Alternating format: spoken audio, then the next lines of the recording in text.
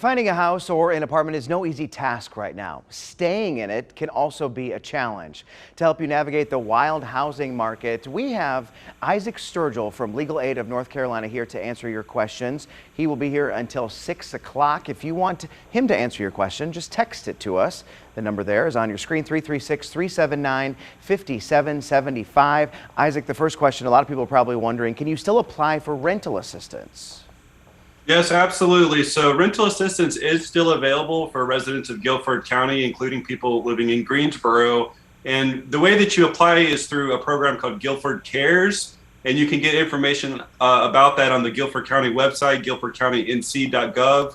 And there's also a number you can call, which is 336-641-3000. That's 336-641-3000.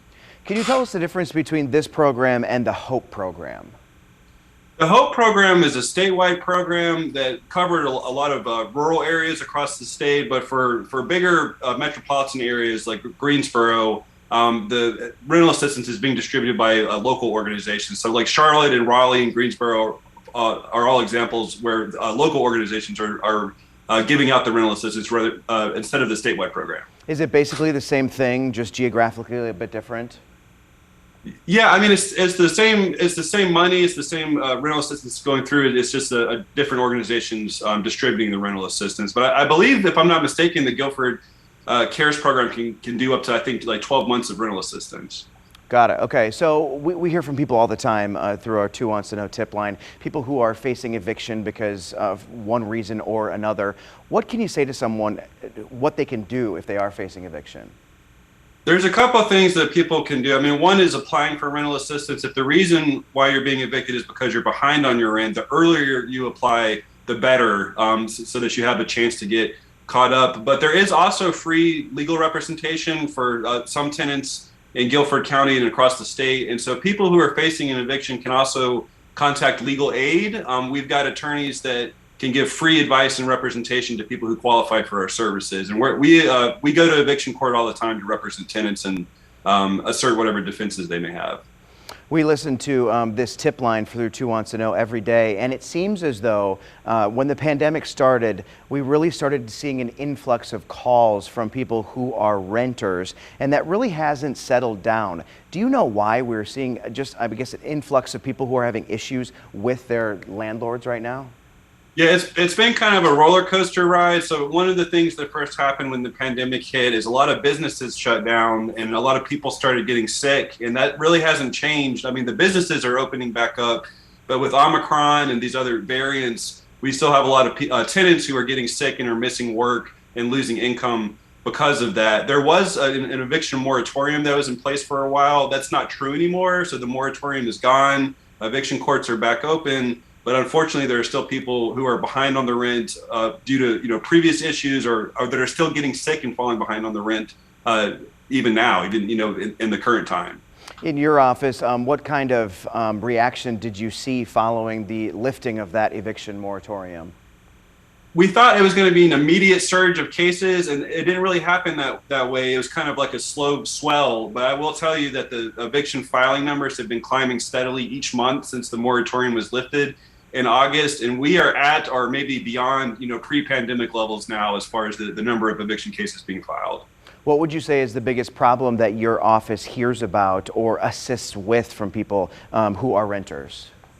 It's mostly, most of the evictions that we deal with are for people being behind on the rent, but oftentimes there may be other issues going on. It's common to have tenants complain about not having repairs made to the home, and so that may be a defense in some cases. And then there's other cases where we may be able to defend a tenant based on the fact that the landlord didn't follow the proper procedures as far as notice and things like that when pursuing the eviction. So even in those cases where tenants are behind on their rent, we want to work with landlords and we want to help them get assistance and get caught up.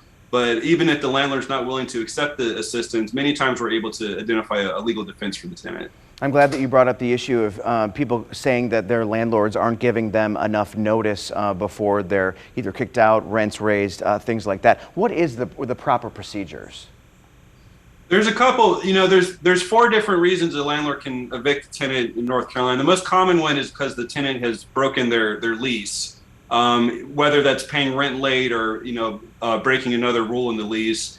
And there's actually, if the lease requires notice, then the landlord has to follow what the lease says. Some leases waive notice, but even if the landlord doesn't have to give a notice of eviction, they're still supposed to make a demand that the tenant, leave the property before filing the case. So at a minimum, a tenant should get some notice or a demand from the landlord that they give the property back before the landlord files the eviction case. But under state law, for something like non-payment of rent in that situation, there's actually not like a minimum time frame under the state law for a breach of lease.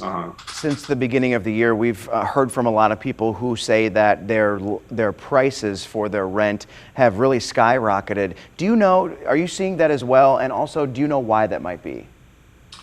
I don't know exactly why that may be. I will say that although a lot of renters have lost income during the pandemic, that the rental rates have continued to rise. And I'm not sure all the factors that go into that, but it does make it harder for tenants to catch up on the rent when not only do they owe back rent, but the landlord's also asking for an increased rate moving forward. I think one of the big factors is just not enough supply of housing. I mean, when you have a low supply and high demand, that's when the cost goes up.